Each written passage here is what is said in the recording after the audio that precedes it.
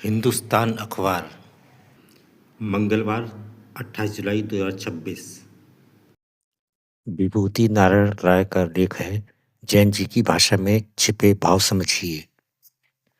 जुलाई 2026 के दूसरे और तीसरे हफ्तों के दौरान भारत की राजधानी नई दिल्ली में हमारी आंखों के सामने ऐसा कुछ अद्भुत घटा है जिसकी गूंज सालों तक सुनाई देगी। पिछले कुछ सालों से परीक्षाओं में शिष्टता की उल्लंघन से उकताई नौजवान पीढ़ी ने वह सब कर दिया जिसकी कुछ दिनों पहले तक कल्पना भी नहीं की जा सकती। राजनीतिक पंडित अपना सिर धुन रहे हैं और पारंपरिक समाजशास्त्रियों को समझ में नहीं आ रहा है कि कॉकरोच जनता पार्टी के इस आंदोलन को पकड़ सकने में समर्थ पारिभाषिक शब्दावलियां कैसे गढ़ें। राजधानी होने के कारण दिल्ली अक्सर बड़े उभारों और जन आक्रोशों को साक्षी बनाती रहती है। पिछले कुछ सालों में किसानों और अन्ना हजारे के आंदोलन इनके बड़े उदाहरण हैं, पर छात्रों नौजवानों का यह जमावड़ा कई अर्थों में अभूतपूर्व था। इस आंदोलन में मुद्दे आगे निकल आए और नेता पीछे रह गए। जंतर मंतर पर शुरुआत का निमित्त बना कॉकरोच जनता पार्टी नाम का संगठन, जिसे चंद महीने पूर्व भी सोशल मीडिया पर कुछ छात्रों ने बनाया था। एक असावधान टिप्पणी के जवाब में कुछ युवाओं ने खुद को कॉकरोच घोषित कर समर्थन की अपील की, तो कुछ ही दिनों में उन्हें 2 करोड़ से अधिक ज्यादा का साथ मिल गया। कॉकरोच जनता पार्टी के पास ना तो प्रचलित हाथों में कोई संगठन था, न केंद्रीय नेतृत्व और न ही संसाधन। इसलिए जंतर मंतर पर उनकी शुरुआती उपस्थिति को किसी गंभीरता से नहीं लिया गया। मुख्यधारा का मीडिया जिसे अन्ना हजारे के अनशन को पहले दिन से ही प्रमुखता से कवर किया गया था।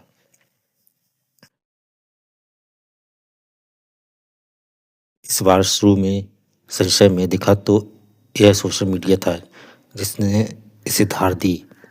सदन में विपक्ष के नेता राहुल गांधी दूसरे दलों के नेताओं के साथ सरकार को घेरने की कोशिश जरूर कर रहे थे, पर उन्हें भी यह समझने में कुछ घंटे लगे कि अब संसद से ज़्यादा प्रासंगिक सड़क हो गई है। देर शाम सांसदों के प्रधानमंत्री आवास पहुंचते ही आंदोलन देशव्यापी बन गया और ज़्यादातर बड़े शहरों इसकी जद में आते गए। इस बार ऐसे कई दृश्य देखे जो अकल्पनीय थे। एक पिटता हुआ बच्चा बार बार पुलिस वालों से कह रहा था, और मारो। एक हिंदी भाषा जोड़ा सीधे हवाई अड्डे से जंतर मंतर पहुंचा था। उनसे लंदन में पढ़ रहे बेटे ने आग्रह किया था कि वे उसकी जगह आंदोलन स्थल पर जाएं और उसके हिस्से की लाठी खाकर ही वापस आए। गांधी हमारी चेतना में अभी भी कहीं ना कहीं जिंदा हैं। बच्चे पुलिस वालों की टोपियां खींचकर भाग रहे थे। समझ नहीं आ रहा था कि वे पिकनिक मनाने आए हैं या किसी आंदोलन में भाग लेने। उन्होंने इस आंदोलन को लोकतंत्र का उत्सव बना दिया। यह आंदोलन अभूतपूर्व इसलिए भी था कि इसमें नेतृत्व की भूमिका नगण्य रही है। यह स्वतः स्फूर्त आंदोलन था जिसमें देश भर के नौजवान खुद ब खुद चले आ रहे थे। वर्षों से संचित रोष की बाहर निकालने के लिए किसी उत्प्रेरक की जरूरत थी, और वह कॉकरोच जनता पार्टी के रूप में उन्हें मिल गया।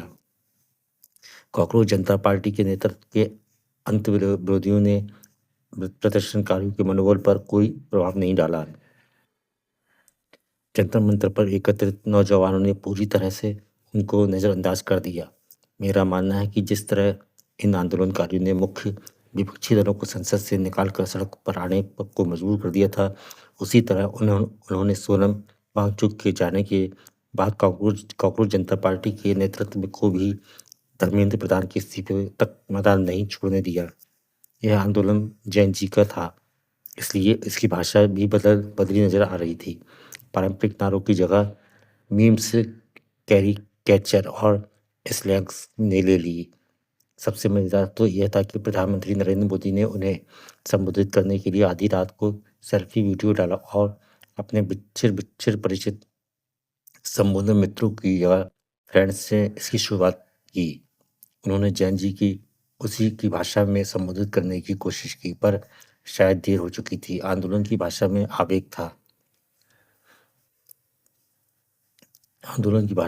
था। इसलिए कई बार गाली गलौज कानों और आंखों में गड़े जरूर, पर याद रहे जैन जी अपनी रोजमर्रा की जिंदगी में यही भाषा इस्तेमाल करती हैं। दिल्ली पुलिस के अनुभव संसार में भी बहुत कुछ जुड़ा। यद्यपि उन्होंने मना किया है और आरोप लगे हैं कि छात्रों पर पैलेट गन का इस्तेमाल किया गया, की लगी लाठियां भाजी गई, आवश्यकता से अधिक बल प्रयोग किया गया। आंदोलन के खत्म होने के बाद एक और नई बात हुई। भारत में किसी जुलूस के विसर्जन के बाद उसमें भाग लेने वाले मैदान में फेंके गए कूड़े कचरे की सफाई करे। ऐसा आमतौर से दिखता नहीं है, पर इस आंदोलन में दिखा। अब जब धर्मेंद्र प्रधान ने शिक्षा मंत्री के पद से इस्तीफा दे दिया और आंदोलनकारी अपनी जीत की घोषणा करते हुए अपने घर को लौट गए, तब पूरे देश को बैठकर कुछ बुनियादी मुद्दों पर सिर जोड़कर विचार करना होगा। सरकार ने नंदन नीलेकणी की अध्यक्षता में एक उच्च स्तरीय टास्क फोर्स जरूर बना दी, पर तमाम कमेटियों की तरह इसकी सिफारिशें भी सचिवालय के गलियारों में धूल नहीं भागती रहेंगी। परीक्षा व्यवस्था को आमूलचूल परिवर्तन के साथ रोजगार के अवसर बढ़ाने पर ध्यान देना होगा। रोजगार विहीन विकास मॉडल के साथ हम दुनिया की शीर्ष 5 अर्थव्यवस्था में पहुंच भी जाएं, तब भी असंतोष बना रहेगा। सरकार को रोजगार के अवसर बढ़ाने के लिए कमर कसनी होगी, तभी एक रिक्त स्थान के लिए कई हजार अभ्यर्थियों की मारामारी खत्म हो सकेगी और कोई भी कीमत चुकाकर किसी प्रतियोगी परीक्षा में सफलता हासिल करने की प्रवृत्ति पर अंकुश लगेगा। अगला लेख है काम में लाएं तेजी। पेपर लीक मामले में फास्ट ट्रैक कोर्ट में सुनवाई शुरू होनी थी, लेकिन पहली सुनवाई से ही सरकारी वकील का नदारद रहना निंदनीय और चिंताजनक है। अदालत को यदि किसी मामले में जल्दी फैसला सुनाना है तो हर सुनवाई में संबंधित पक्षों की मौजूदगी अनिवार्य है। किसी भी असंतोष को दूर करने के लिए व्यवस्था का मुस्तैदी से काम करना बहुत आवश्यक है। लगता है सीबीआई की ओर से कोई वकील तय नहीं किया गया। शायद निर्णय अफसर अभी भी अपनी पुरानी रफ्तार से काम कर रहे हैं। यह शर्मनाक है। एजेंसी के अभियोजन निदेशक ने इस मामले को पेश करने के लिए लोक अभियोजक ही तय नहीं किया था। यह एक उदाहरण है कि हमारी व्यवस्था में कैसे काम होता है। जिम्मेदार एजेंसी को बार बार जगाने की जरूरत क्यों पड़ती है। जगाया ना जाए तो महत्वपूर्ण मुकदमे भी लंबे समय तक लटके रहते हैं। एक एक कमी को दूर करने में कई कई दिन बर्बाद होते हैं। अभियोजन पक्ष का सचेत रहना चाहिए कि ऐसा फिर ना होने पाए। ध्यान देने की बात है कि बीते सप्ताह ही प्रधानमंत्री ने कहा कि हमारे युवाओं के कल्याण और भविष्य से बढ़कर कुछ भी नहीं है। सरकार ने पेपर लीक में शामिल दोषियों को जल्द से जल्द कड़ी सजा दिलाने के लिए त्वरित अदालतें स्थापित करने का निर्णय लिया है। वैसे सामान्य अदालत ही नहीं, त्वरित विशेष अदालतों को भी उत्पादकता अच्छी नहीं है। मिसाल के लिए राज्यसभा में बताया गया कि अप्रैल 2026 तक 775 त्वरित विशेष अदालतों में 2.5 लाख से अधिक मामले लंबित हैं। इन अदालतों में यौन अपराधों से बच्चों के संरक्षण, पॉक्सो मामलों को भी सुनवाई हो रही है। अकेले पॉक्सो मामलों में 398 विशेष अदालतें सुस्त गति से सुनवाई कर रही हैं। यहाँ भी एक मिसाल देखिए। 2025 की एक रिपोर्ट में बताया गया है कि राष्ट्रीय स्तर पर फॉरेंसिक प्रयोगशालाओं में करीब 50% वैज्ञानिक अधिकारी के पद खाली पड़े हैं। एक वजह यह भी है कि पुलिस में जमीनी स्तर पर अभी भी जांच और कानून व्यवस्था के कार्यों का अलग अलग नहीं बांटा गया है। एक ही पुलिसकर्मी को हर तरह के काम करने पड़ते हैं, तो कार्य अगर विशेषज्ञता से नहीं हो पाता तो अदालतों में किसी अपराध को प्रमाणित करने और दोषियों को सजा दिलाने में बहुत कठिनाई आती है। बहरहाल यह अच्छी बात है कि देश के सबसे बड़े अधिकारी कैबिनेट सचिव टीबी सोमनाथन भारतीय नौकरशाही को बेहतर प्रशासक और प्रबंधक बनाने के लिए प्रयासरत हैं। उन्होंने वरिष्ठ नौकरशाहों से आग्रह किया है कि वे सुरक्षित रवैया अपनाने के बजाय कार्यों को पूरा करने पर ध्यान दें। देश में सुशासन के बारे में सोचें। राजनीतिक अपना काम करेगी, विधायिका अपना काम करेगी, लेकिन कार्यपालिका और न्यायपालिका को निष्पक्ष भाव पूरी तेजी से काम करना होगा। यह देश बहुत बड़ा है और यहाँ लंबित मामले भी लगातार बढ़ते जा रहे हैं। लंबित मामलों को सामान्य गति से काम करते हुए नहीं निपटाया जा सकता। यहाँ विशेष गति से काम करना होगा। इसके अलावा खाली पदों पर लोगों की भर्ती के लिए भी अभियान चलाना होगा। अगला लेख है सशर्त आमंत्रण। पाकिस्तान के प्रधानमंत्री श्री लियाकत अली ने पंडित नेहरू के साथ तार व्यवहार के सिलसिले को जारी रखा है। उन्होंने नेहरू जी को उनके पिछले तार के जवाब में एक और तार भेजा है। श्री लियाकत अली ने अपने तार में भारत के विरुद्ध उन आरोपों को दोहराया है जो वह पिछले तार व्यवहार में लगा चुके थे। उन्होंने जूनागढ़ और हैदराबाद का जिक्र किया है और नेपाल को भी वह नहीं भूले हैं। हालांकि नेपाल सरकार इस विवाद में नेपाल के बीच में घसीटे जाने के खिलाफ अपनी नाराजगी प्रदर्शित कर चुकी है। श्री लियाकत अली ने एक और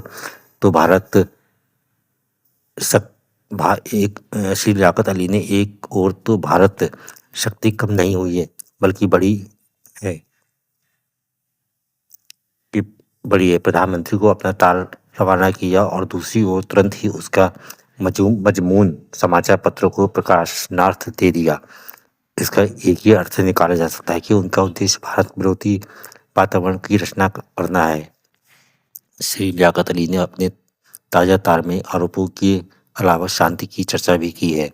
भारत और पाकिस्तान के आपसी संबंधों को सुधारने के लिए उन्होंने एक पंचसूत्री योजना पेश की है और कहा है कि विस्तार से चर्चा करना चाहें तो मैं अपनी कराची आने का निमंत्रण देता हूं। किंतु श्री लियाकत अली का यह निमंत्रण भी सीधा और सरल निमंत्रण नहीं है। उसके साथ उन्होंने एक बड़ी शर्त जोड़ दी है। जो श्री लियाकत अली की मांग है कि नेहरू जी कराची जाने का इरादा करें, उसके पहले उनको भारतीय सेनाओं को हटा लेना चाहिए, जिन्हें हाल में भारत पाकिस्तान सीमा पर नियोजित किया गया है। इन सेनाओं की नियुक्ति विशेष परिस्थितियों में की गई थी। उनका उद्देश्य भारतीय सीमा की रक्षा करना है, किसी पर आक्रमण करना नहीं। यह एक से अधिक बार स्पष्ट किया जा चुका है। यदि उन परिस्थितियों में परिवर्तन हो जाता है तो सेनाओं को हटाया भी जा सकता है। पाकिस्तान में भारत के खिलाफ जिहाद का नारा बुलंद किया जा रहा था। पिछले कुछ दिनों में तो रक्षा के नाम पर वहां युद्धोन्मुख जोरों से भड़का दिया गया है। जब तक यहाँ साधारण स्थिति बनी रहती है, भारत को अपनी रक्षा के लिए सतर्क रहना होगा। फ्रैंक इस्लाम का लेखक डोनाल्ड ट्रंप के लिए मध्य अवधि चुनाव इतने अहम क्यों? बसंत से लेकर गर्मियों तक के अंत तक अमेरिकी राजनीति प्राइमरी चुनाव में डूबी रहती है। मध्य अवधि चुनाव वाले साल में तो इन चुनावों का मकसद कुछ अलग ही होता है। मध्य अवधि चुनाव राष्ट्रपति के कामकाज पर जनता की पहली रायशुमारी होती है। यह जवाबदेही तय करने का समय होता है। अगले 1 महीने में तमाम राज्यों में प्राइमरी चुनाव पूरे हो जाएंगे और नवंबर में होने वाले मतदान के लिए रास्ता साफ हो जाएगा। चूंकि कई राज्यों में वोटिंग पूरी हो चुकी है, इसलिए अमेरिका के सियासी मिजाज के शुरुआती संकेत भी मिलने लगे हैं। बेशक अलग अलग राज्यों में नतीजे चौंकाने वाले आए हैं, पर एक बड़ी बात यह उभर कर सामने आई है कि अमेरिकी आधुनिक इतिहास के सबसे अहम अब मध्य अवधि चुनाव का गवाह बनने जा रहा है। रोनाल्ड रीगन, बिल क्लिंटन से लेकर बराक ओबामा और जो बाइडेन ने देखा है कि कैसे मतदाताओं ने अब मध्य अवधि चुनाव का इस्तेमाल उनके शासन के एजेंडे को आगे बढ़ाने या रोकने के लिए किया है। इस बार डोनाल्ड ट्रंप की परीक्षा है। ज़्यादातर अमेरिकी राष्ट्रपति बड़े एजेंडे पर काम करते हुए भी जनमत को लेकर संवेदनशील रहे, पर ट्रंप ने उसकी उलट छवि बनाई है। वे आलोचनाओं को नज़रअंदाज करते और विपक्ष को लोकतंत्र का अहम हिस्सा मानने के लिए बजाय ऐसी बाधा मानते हैं जिससे जिससे पार पाना जरूरी है। चुनावों में मुद्दे कई हैं। इमिग्रेशन से जुड़े नियमों को लागू करने को लेकर कार्रवाई तेज हो गई है, जिसके कारण नागरिक और अधिकार समूह में ने कानूनी जंग शुरू कर दी है। प्रशासन को छोटा रखने की कोशिश में कई संघीय कर्मचारियों को नौकरी से बाहर कर देना, फंडिंग या कटौती, ईरान के खिलाफ सैन्य कार्रवाई और ट्रंप परिवार के बढ़ते क्रिप्टो करेंसी कारोबार जैसे मुद्दे मतदाता को उद्वेलित कर रहे हैं। हालांकि इतिहास में हमें बता हालांकि इतिहास हमें बताता है कि अमेरिकी मतदाता अंततः घर परिवार से जुड़े मुद्दों पर ही वोट डालते हैं, जैसे महंगाई, रोजगार, वेतन, पेट्रोल डीजल की कीमतें, घर का बजट आदि। साल 2024 में बतौर उम्मीदवार ट्रंप ने महंगाई कम करने और आर्थिक स्थिरता का वायदा किया था, पर ईरान के खिलाफ सैन्य कार्रवाई और वैश्विक तेल बाजार में आई उथल पुथल से बढ़ती ऊर्जा कीमतों ने उनके लिए मुश्किलें बढ़ा दी हैं। हॉर्मुज़ जलमार्ग के बंद होने से दुनिया भर में ईंधन के दाम चढ़ गए हैं, जिससे पहले से ही महंगाई की मार झेल रहे अमेरिका पर दबाव और अधिक बढ़ गया है। अभी निचले सदन में रिपब्लिकन पार्टी के पास जादुई आंकड़े से कुछ ही अधिक सीटें हैं, इसलिए मध्यावधि चुनाव में मुकाबला कड़ा हो सकता है। कुक पॉलिटिकल रिपोर्ट के अनुसार प्रतिनिधि सभा की 18 सीटों पर कांटे की टक्कर है, जिनमें से 14 सीटें रिपब्लिकन के पास हैं। ऐसे में नवंबर के चुनाव बताएंगे कि सदन में नियंत्रण किस पार्टी के पास रहेगा। सीनेट की स्थिति कहीं अधिक जटिल दिख रही है।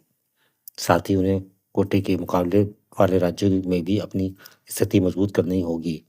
ऊपरी सदन पर किसका नियंत्रण होगा, यह प्रतिनिधि सभा की तुलना में काम पर चुनावों के नतीजे सत्ता संतुलन जरूर बदल सकते हैं। यदि डेमोक्रेट्स किसी भी एक सदन, विशेषकर प्रतिनिधि सभा पर कब्जा कर लेते हैं, तो इससे वॉशिंगटन की राजनीति में बड़ा बदलाव आएगा। यह नियंत्रण पक्ष को सम्मन जारी करने का अधिकार वापस दिला देगा, जिससे प्रशासन की नीतियों की समीक्षा करने और संघीय सरकार की निगरानी की शक्ति उसे मिल जाएगी।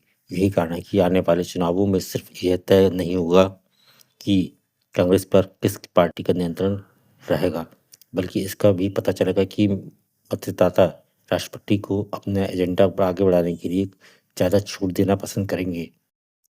रही बात अनिवास अनिवा- आ- रही बात अनिवासी भारतीयों की, तो प्राइमरी चुनाव में इनका राजनीतिक प्रभाव स्पष्ट दिखता है। हाँ इलिनोइस में राजा कृष्णमूर्ति की हार से भारतवंशियों को कुछ निराशा जरूर हुई है, क्योंकि उन्हें डेमोक्रेटिक पार्टी में एक उभरता सितारा माना जा रहा था। श्री आनंद मूर्ति का लेख है, अनुराग का अर्थ है। भक्ति का सामान्य अर्थ है पूजा या उपासना। पूजा तभी संभव है जब दो पक्ष मौजूद हों, एक उपासक और दूसरा उपास्य। जब तक साधक और परमात्मा के बीच यह भेद बना रहता है, तब तक भक्ति की आवश्यकता भी बनी रहती है। ये भक्ति केवल धार्मिक कर्मकांड नहीं, वह भाव है जो मनुष्य को परम सत्य के निकट ले जाता है। भारतीय दर्शन में भक्ति की सुंदर परिभाषा दी गई है। ईश्वर के प्रति सर्वोच्च अनुराग ही भक्ति है। यहाँ अनुराग का अर्थ केवल आकर्षण नहीं, बल्कि किसी को अपना सर्वस्व मान लेना है। जब यह अनुराग परमात्मा के प्रति होता है, तब उसे परा परानु परानुरक्ति कहा जाता है, और इसके विपरीत जब मन संसार की वस्तुओं, सुख सुविधाओं और भौतिक आकर्षणों में उलझता रहता है, तो तब वह अपरानुरक्ति कहलाती है। इन दोनों अवस्थाओं का संबंध मन की दिशा से है। जब मन बाहर की ओर भागता है तो इंद्रियों के पीछे दौड़ता है। जब अपरानुरक्ति उत्पन्न होती है, इसके विपरीत जब वही मन भीतर की ओर मुड़ अपने स्रोत को खोज करता है, तब परानुरक्ति जागृत होती है। यही अंतर्मुखी यात्रा भक्ति का वास्तविक मार्ग है। भक्ति मनुष्य को ऐसी आंतरिक शक्ति और आनंद का अनुभव कराती है जो बाहरी संसार में उपलब्ध नहीं है। यह एक महत्वपूर्ण प्रश्न उठता है, क्या भक्ति मनुष्य पर थोपी गई कोई भावना या उसकी स्वाभाविक प्रवृत्ति है। दरअसल इस सृष्टि की प्रत्येक वस्तु किसी ग्रह नक्षत्र गुरुत्वाकर्षण के कारण अपनी अपनी कक्षाओं में संतुलित रहते हैं। पृथ्वी पर प्रत्येक जीव अपने अस्तित्व की रक्षा के लिए उस स्थानीय वस्तु की ओर आकर्षित होता है जहां उसे सुरक्षा और पोषण मिलने की संभावना दिखाई देती है। हर जीव उस वस्तु की ओर बढ़ता है जिसे अधिक स्थायी सुख और सुरक्षा मिलने की आशा होती है। यही आकर्षण जीवन का धर्म है। समस्या तब उत्पन्न होती है जब मनुष्य इस स्थायित्व की खोज सीमित वस्तुओं में करने लगता है। वह धन, पद, प्रतिष्ठा और भौतिक उपलब्धियों को अपनी सुरक्षा का आधार मान लेता है। उसे लगता है कि धन ही जीवन की सबसे बड़ी शक्ति है। लेकिन अनुभव बताता है कि धन आता भी है और चला भी जाता है। मनुष्य जितना भौतिक सुखों को पकड़ने का प्रयास करता है उतना ही असंतोष बढ़ता जाता है। इस भक्ति भक्ति इस आंदो भक्ति इस असंतोष से मुक्ति का मार्ग दिखाती है। वह मानव मन को समय, स्थान और परिवर्तन से परे ले जाती है। जब मन का आकर्षण सीमित से हटकर असीम की ओर हो जाता है तब जीवन में स्थायी आनंद का अनुभव होने लगता है। यही भक्ति का सार है। आज के सारे लेख पूरे हो चुके हैं।